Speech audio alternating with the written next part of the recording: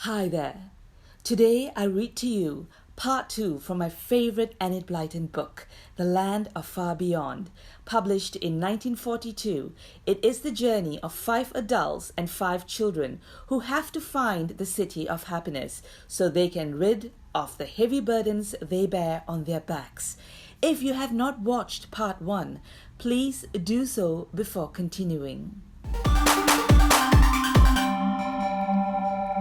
This is my space of make-believe. With just words, we can weave places and people, adventures surreal. I am Tell a Story. This is an invitation to come with me. Chapter 2. The Stranger, the Terrible Burdens, the beginning of a long journey. The children went down the steps to the beach, for the river was low at that time. The stranger carried the dog in his arms, and they watched him whilst he bathed its leg. He said comforting things to it, and the children were astonished. They had never been taught to be kind to animals, and when they saw a cat, dog, or bird, their first thought was always to throw something at it. "I wonder who hurt you," said the stranger, as he bound up the leg with a strip of linen from his handkerchief. "This is a dreadful city. I have seen horses slashed for not going up hills quickly enough. I have seen cats so thin that they can surely only live on what is in dustbins and cannot have good homes. I have seen dirty, ragged children who should be at school, children with no manners, no kindness in them, whose hard little faces have no beauty. I have seen grown-ups callous and dishonest, selfish and hard. How can the children learn to be anything else? How I wish I had never left my own land." The children listened as the stranger talked to himself and the dog. "Where do you come from?" asked Anna boldly. "I come from the land of far beyond," said the stranger. "My name is Wanderer, but my home is there. I cannot stay in one place for long. I have to see what the world is like and take the news back to my own land. I heard many things of the great city of turmoil, so I came to see it on my way to the country beyond. But I wish I had never come here. It is a city of great burdens." "Great burdens? What do you mean?" asked Peter scornfully. "A burden is a load, isn't it? There are no burdens in our city." "You all carry a terrible burden in your hearts," said the stranger sadly. "The burden of selfishness, untruthfulness, dishonesty, uncleanliness, deceit, greed, disloyalty. I could tell you many, many more. Your hearts must be heavy, even as mine is light. Have I seen a happy or kind face since I first entered the city? Not one." "I haven't got a burden," said Peter. "You are talking nonsense, stranger." The stranger looked at him out of his deep eyes, and Peter felt uncomfortable. "You are only a boy," said the tall man, "but you have a terrible burden already. Ah, if you could see that burden, how astonished and dismayed you would be." "You are telling fibs," said Peter rudely. "You show me my burden if you can, and I'll believe you then." "Show me mine too," cried Anna. "And mine," said Patience. The other children said nothing. They felt a little frightened, for the stranger's eyes gleamed with such a curious light. "I can show you your burdens if you like," said the stranger slowly, "but if I do, you will feel their dreadful weight." "Go on, show us," cried Anna impatiently. "Shut your eyes and think of nothing," said Wanderer commandingly, looking at the 3 children in turn. "Empty your minds so that I may fill them with good and beautiful thoughts that will push from your heart the evil burden there." The children did as they were told.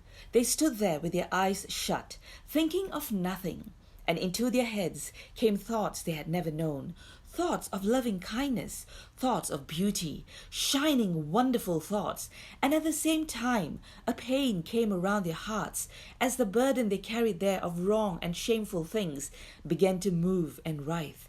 "Open your eyes," commanded the stranger, in such a sad voice that the children opened their eyes in amazement. Why was he so unhappy? They felt a terrible weight on their backs, a weight that almost dragged them down.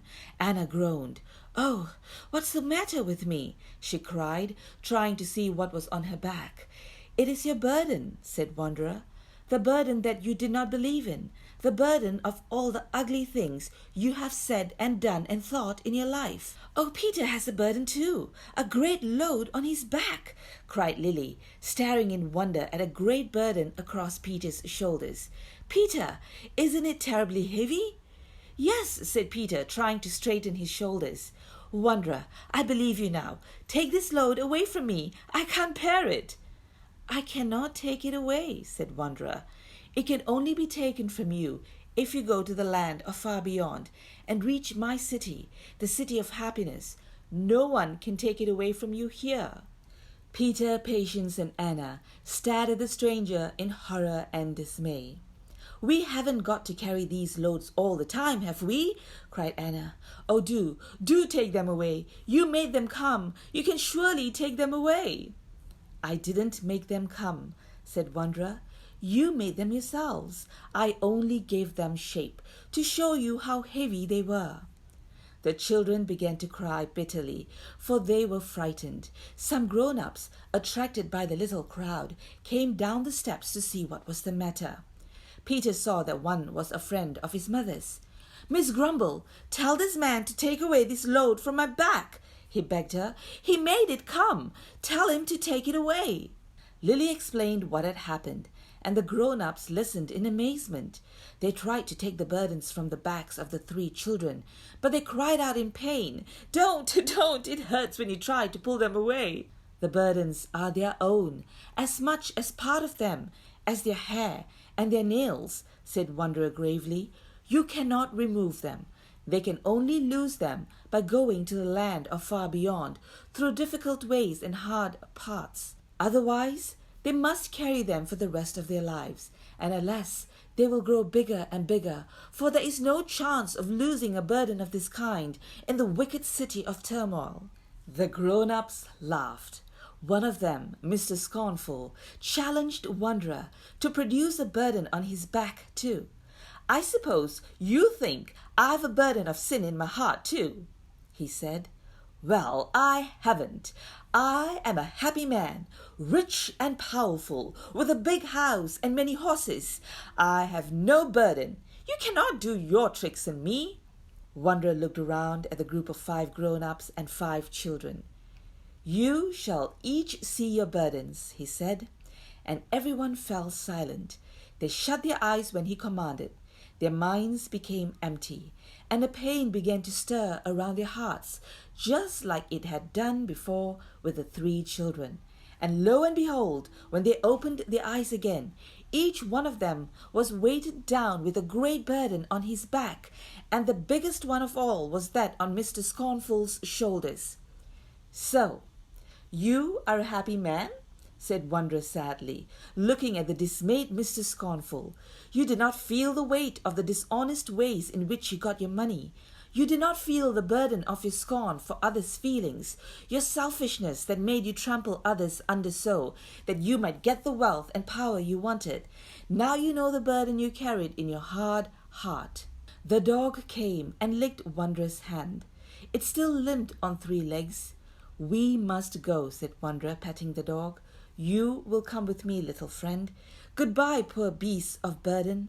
Carry your loads as best you may, and do not add to them, or you will limp like this dog all your life long." He picked up his staff and went up the steps of the embankment. The group stared at him, and then Mr. Scornful called after him, "Don't leave us like this. You must help us. We can't go about with these loads on our backs." "Then go to the land of far beyond and get rid of them," called back the stranger. "Leave the city by the west gate and make for the hill you will see in the distance. Goodbye." Mr. Scornful started after him, clambering up the steps with difficulty. The others climbed up too. They tried to run after Wanderer, and they shouted loudly. He stood still and looked back at them, the dog by his side wagging his tail. "Take us with you," cried Mr. Scornful, who somehow felt that this man with the shining face was the only person who could possibly help him. "Let us travel with you. Take us to the land of far beyond." "I cannot do that," said Wanderer.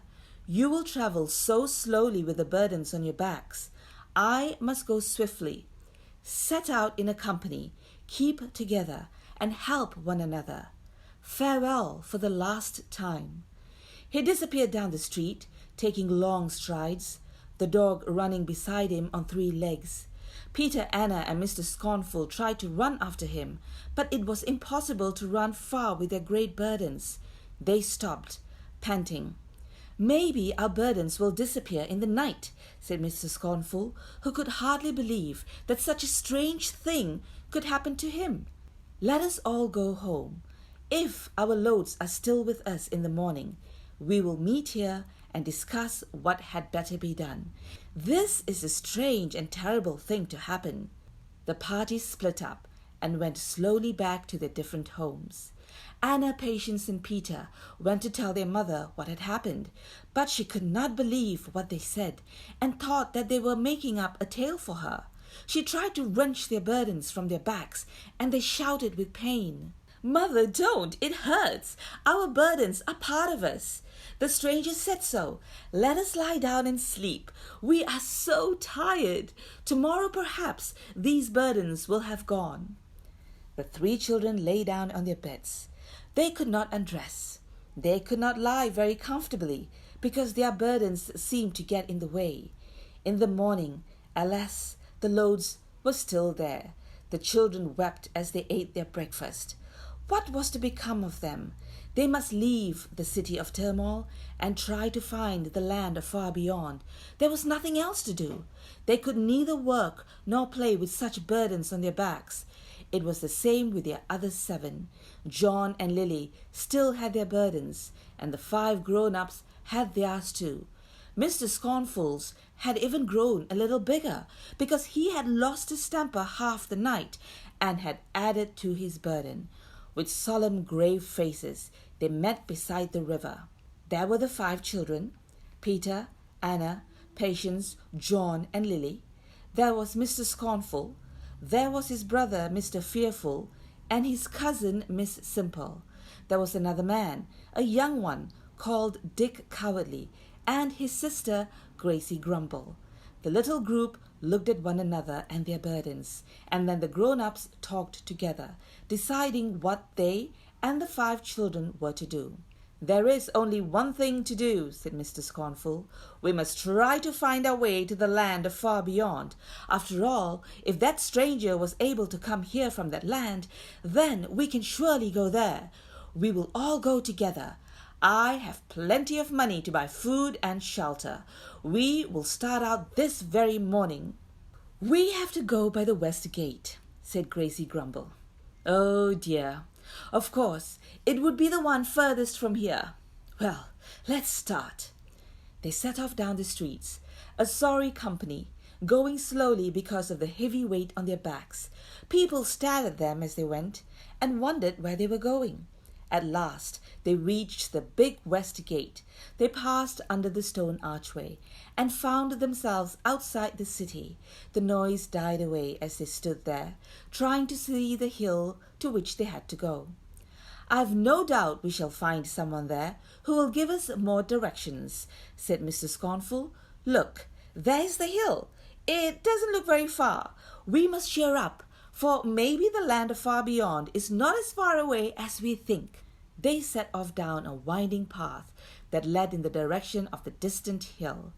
It reared its head against the sky and seemed very high.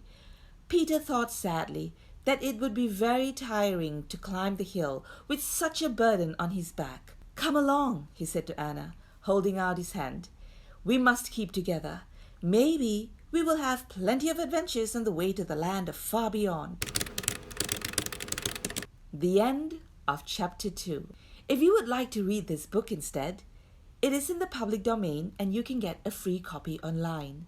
But if you would like me to read you the rest of the land of far beyond, other stories from the public domain, and my own writings, then I would love to have you for company. Till the next time, go grab yourself a book, read, and let your imagination take you anywhere. Be anyone and do anything. Thank you for watching. Goodbye.